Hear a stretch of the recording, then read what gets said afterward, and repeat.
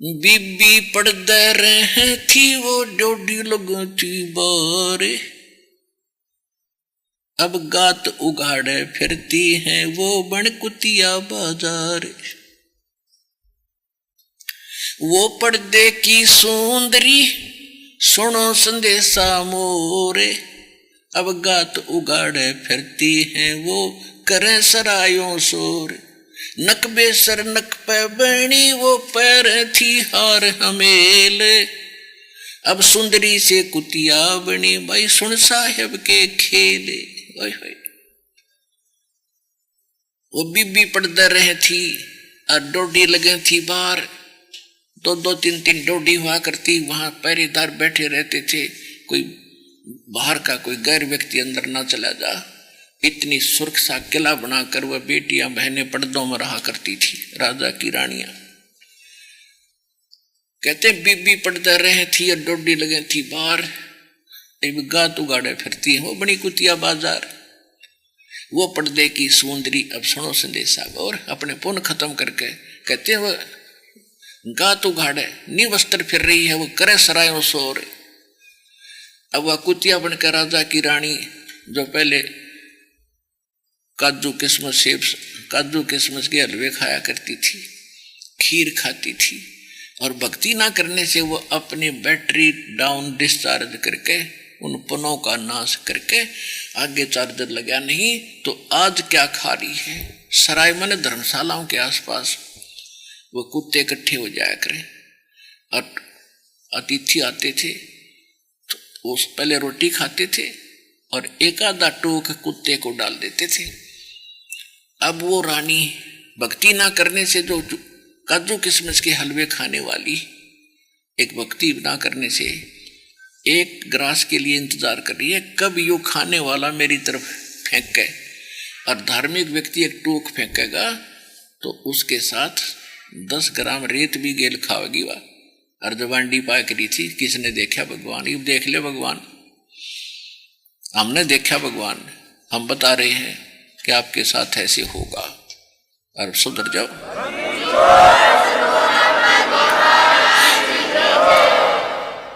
कहते नक बेसर नक पे बनी पैर रहती हार हमेल, लाखों रुपए के गहने हार पहन कर राज्य हुई अंड्या करती और उसी में खुशी मान रही थी। एक पुल्लो नाम की भक्तनी थी, पुल्लो राजस्थान में,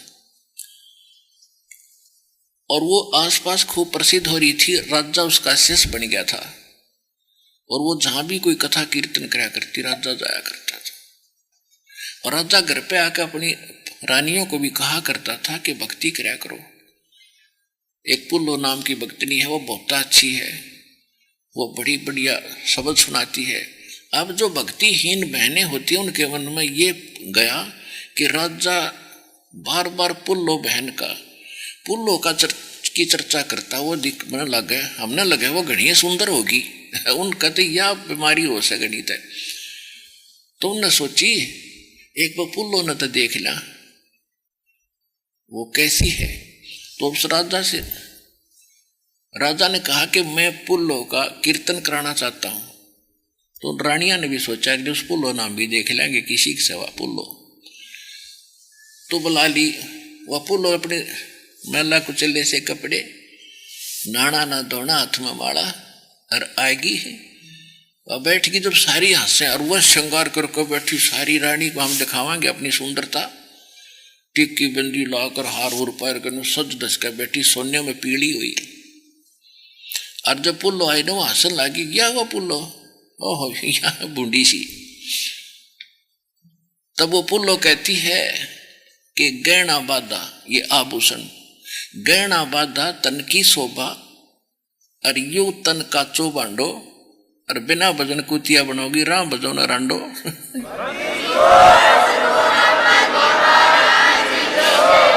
उसने एक के दो यमुन का सारा जवाब दे दिया। तो कहते हैं नक बेसर नकबा बनी वह पैर थी हार हमेल,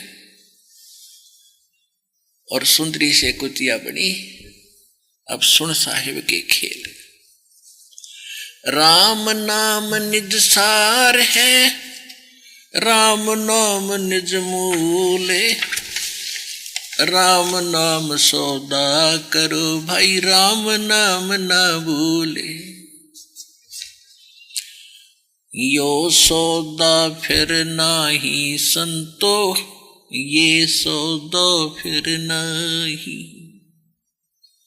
राम नाम निज सार है, राम नाम निज मूल, राम नाम सौदा करो, राम नाम न भूले।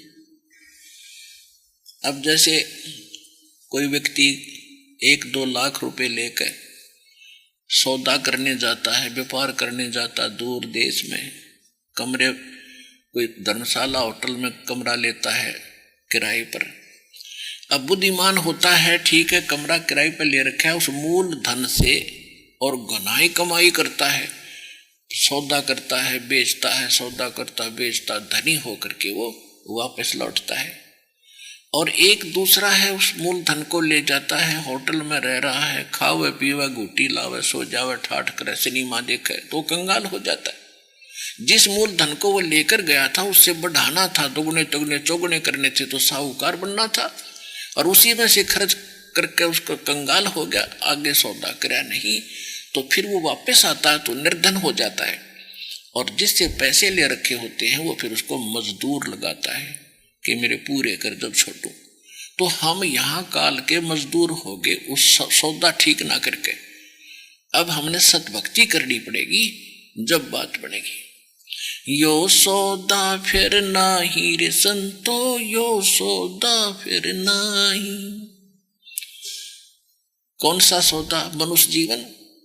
और ये मनुष्य जीवन सांस रूपी पूंजी मूलधन आपको मिला है, इसको व्यर्थ खो रहे हो।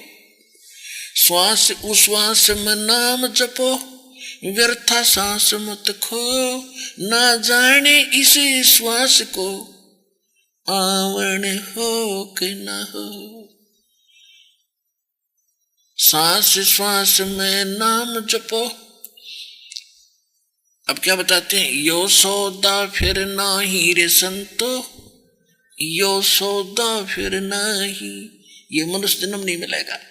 मनुष्य जन्म मिल गया तो संत नहीं मिलेंगे, और भक्ति नहीं मिली तो कति बेड़ा गर्क हो जाएगा, मनुष्य जीवन व्यर्थ हो जाएगा।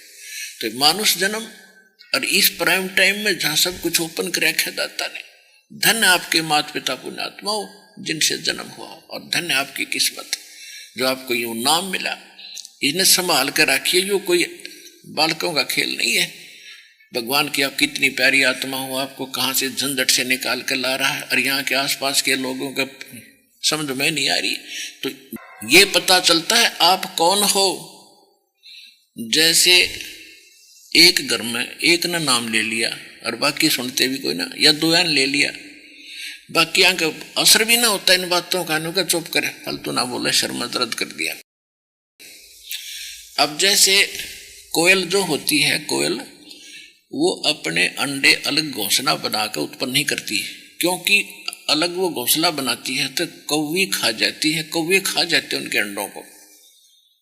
तो वो क्या चतुरता करती है कि जब मादा कौवा अंडे देती है वो ताक में रहती है, क्योंकि घोंसला बनाना ही पड़ता है इन सबको, तो देख लेती है कि घोंसला बना रही है, अंडे पैदा करेगी, और जिसको गर्भ होता है कोयल को वो भी आसपास रहती है। जब कौवी अंडे पैदा कर कहीं बाहर जाती है अपना आहार के लिए, तो पीछे से वो अपने अंडे उस कौवी के आलने में, वो घोंसले में उत्पन्न कर देती। अब कौवी आती है, वो पहचान नहीं पाती मेरे कुंड से हर और कितना आगे, तो उन सबको ही वो परवरिश कर देती है, उनमें बच्चे बना देती है। और वो कोयल ताक में रहती है कि जब ये बच्चे थोड़े से उड़न जोगे हो जाए, जब देख लेती है कि दूर तक उड़ारी भर लेते हैं, तो दूर वृक्ष पर बैठ के और वह कुहू कुहू की आवाज लगाती है। जो कोयल के बच्चे होते हैं उनका तो असर होता है, वो ऐसे सतर्क होते हैं, और कौवे वाले ऐसे मस्त रहते हैं। तो जब वो देखते हैं कि हमारी ये आवाज कहाँ से आई, उस आवाज से के वश होकर खिंचकर उस आवाज की तरफ चल पड़ते हैं, कहाँ है वो हमारी माँ। और वो कोयल फिर उड़ कर चल पड़ती है कुहू कुहू करती हुई, और बच्चे भी उसके साथ साथ उड़ के चले जाते। कौवी देखती है कि मेरे बच्चे गए, वो कुछ देर तो उनके साथ दौड़ती है, जब निकल जाती है कुछ देर तो साथ उड़ती है, फिर देखती है कि तो गए, कहीं मेरे पीछे वालों को कोई हानि ना हो जाए, उल्टी लौटकर उन अपनों के पास आ जाती है। अब कहने का भाव ये है कि इसी प्रकार इस परमात्मा की वाणी का असर उनका होगा जो कोयल के बच्चे हैं, जो भगवान के पिछले संस्कारी हैं, और बाकी कागाले हैं, उनका यो असर हो को ना।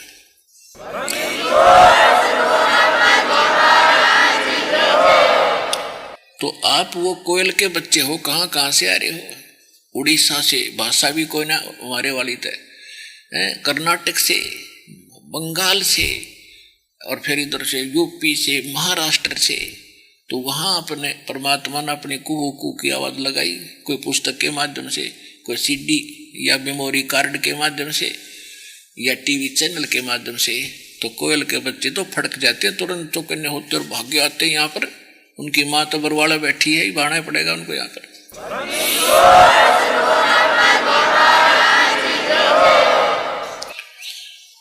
तो यहाँ परमात्मा कहते हैं यो सौदा फिर नाही रे संतो, यो सौदा फिर नाही, ये सौदा फिर नाही रे संतो, यो सौदा फिर नाही।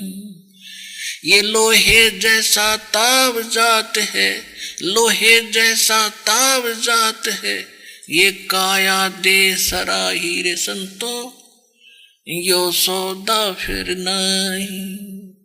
यो दम टूटे पिंडा फूटे, वो लेखा दरगाह माही। दुगने तिगने किए चौगने, किन्हों मूल गवाई। तीन लोक और भवन चतुर्दश, सब जग सौदे आही। दुगने तिगने किए चौगने रे, किन्हों मूल गवाई।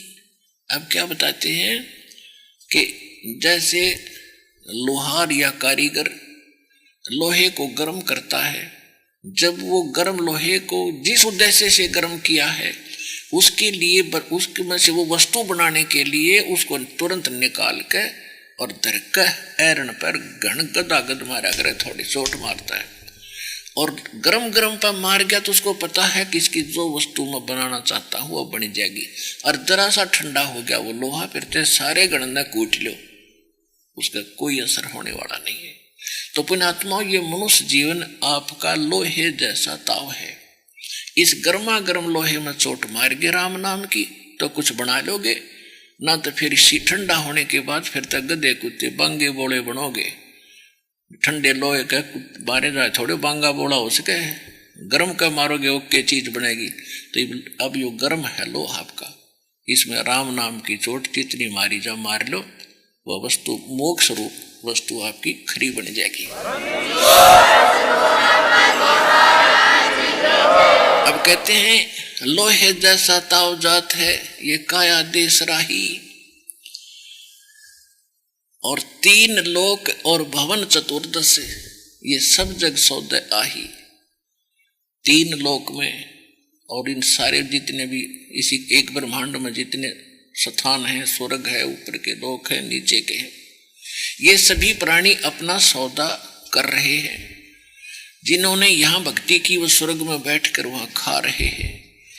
और आप भक्ति नहीं कर रहे हो तो आपको तो कुछ भी ना मिल रहा है। आप तो यहाँ कहते हैं कह कबीर अंत की बारी, जैसे हाथ झाड़ कर चले जुआरी। जो भक्ति नहीं करते अंत समय में ऐसे पछताते जाओगे जैसे जुए में जुआरी हार के और फिर हाथ में सड़ता जाया करे, नाश हो गया, नाश हो गया, नाश तत्न करया हो गया कि तो ऐसे बनेगी बात। यार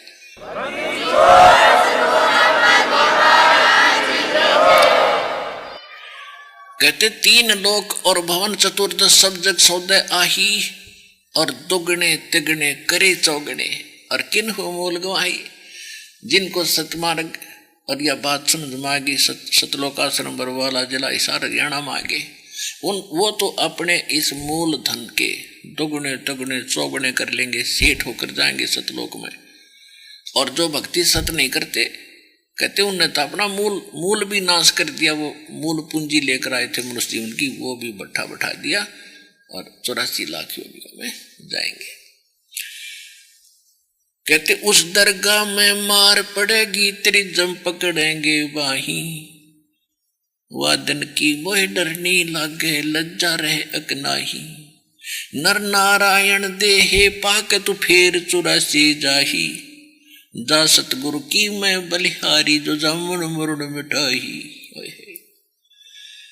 अब क्या बताते हैं कि जब तेरा शरीर छूटेगा, यो दम टूटे पेंडा फूटे हो लेखा दरगाह माही, जा दिन की मोह डरनी लागे लज्जा रे अकनाही, नर नारायण देहे पाक तू फेर 84 जाही, जा सतगुरु की मैं बलिहारी जो जामुन मुरुण मिठाई।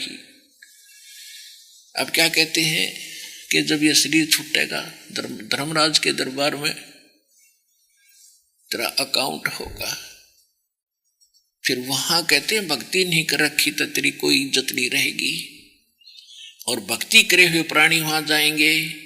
गलती से धर्मराज के दरबार में भी कबीर साहब का कोई भगत चला गया तो धर्मराज उसको बाई इज्जत कहेगा कि इसको वहां छोड़ के आओ, क्योंकि यहाँ जो त्रिकुटी स्थान है वहाँ एक सामूहिक स्थल है, वहाँ सभी का, और वही परमात्मा का एक अपना निज मिनी ऑफिस है। और जहाँ पर जब अब आप जाओगे भक्ति युक्त प्राणी तो दास के रूप में परमात्मा आपको वहाँ विराजमान मिलेगा उस ऑफिस में।